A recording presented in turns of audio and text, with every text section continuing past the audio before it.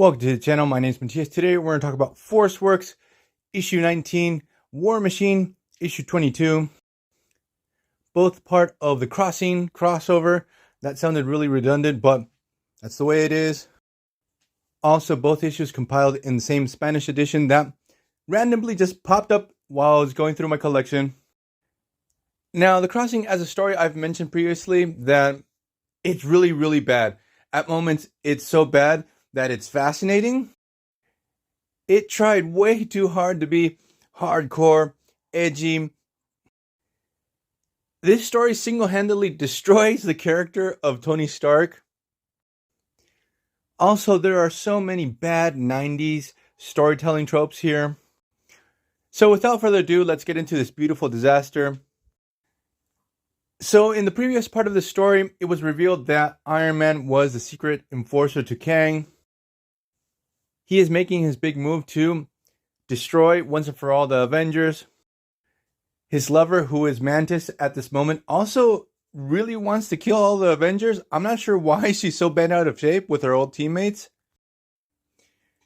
The thing is that Iron Man has been discovered. He almost kills Janet Van Dyne. He makes a run for it. He's teleported back to Kang's Citadel.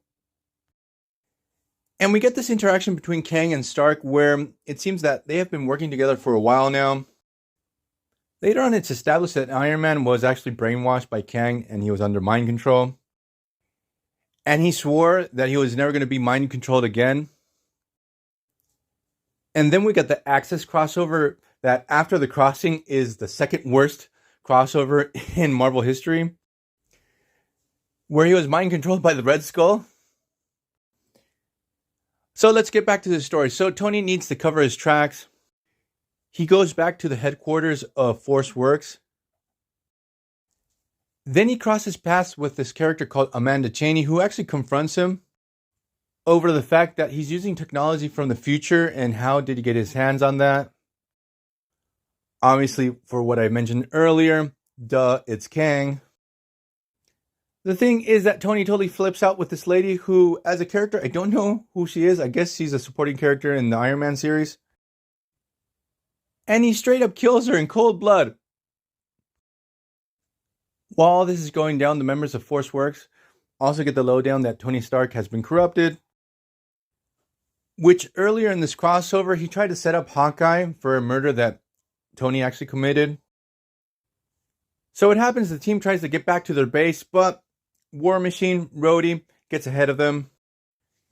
He's rocking this new symbiote armor that I have no idea where it came from because I didn't read that War Machine series.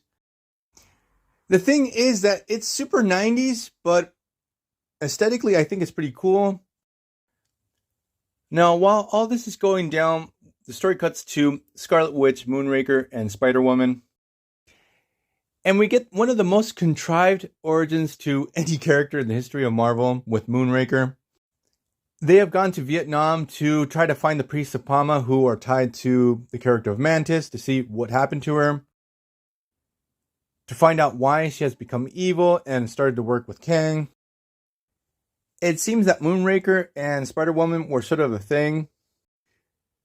But she totally freaks out when she discovers that he's the reincarnation of Gustav Brandt, who was the villain Libra, who was the father of Mantis, who had left his daughter to the priest of Pama when she was very young. So we discover that Gustav Brandt, when he died, the priest of Pama had rescued his soul, and they sent his soul to another parallel dimension to another version of himself. He's not even called Gustav Brandt in that dimension. He's called Slade Truman. But the thing is, they put his soul into that new body. He forgets who he is. He becomes Moonraker. He gets that costume that looks like he's a member of Milli Vanilli. He ends up crossing into the 616 universe. He meets the members of ForceWorks. Again, he has no recollection that he's Gustav Brandt. And then out of nowhere, in this crossover, he's like, oh yeah, I'm Gustav Brandt. Slade Truman doesn't exist. It's actually pretty funny how they pull this reveal out of their asses. And then he mentions the fact that he's like a failsafe, that if Mantis ever went bad, that's why the priests of Palma actually saved him, because they knew he was going to be the only one that's going to be able to stop his daughter. And now Kang has returned, and basically he has wiped out all the priests. He killed all the remnants of the Kotati too. Another thing that Kang did is he wiped from everyone's memory the existence of Vietnam. I'm not sure why he did that, but no one remembers that this country ever existed. I'm not sure if this is still canon, even though I know that all the characters that fought in the Vietnam War fought in another country. One of those made-up Marvel countries, I guess not to offend anyone. So after that big revelation, the story cuts back to Iron Man. So out of nowhere, the Sentry teleports back to the Force Works base. He was off on some personal mission. He encounters Tony Stark. And Tony's like, our teammates, they have all gone mad. They all become evil. We have to take them down. Now, Sentry doesn't understand what the hell is going on, but War Machine bursts onto the scene. So what happens is Tony is completely appalled over the fact that Rhodey is not siding with him. That he's incredibly ungrateful over the fact that he had given him his first War Machine armor. Also, Tony's completely surprised because he knew that the previous armor was destroyed, so he doesn't know where this new one comes from. Both characters lock into battle. It goes on for a couple pages. Now, I do have to say that the way this battle is shown and told in the story, it's very gripping. It's well done. You can feel this great level of resentment that both characters seem to have for each other. Even though they have been long-standing friends, a lot of stuff has been going on and has led to build up all this anger between both of them. And Rhodey's completely surprised that Tony goes for a direct kill shot. He blasts him.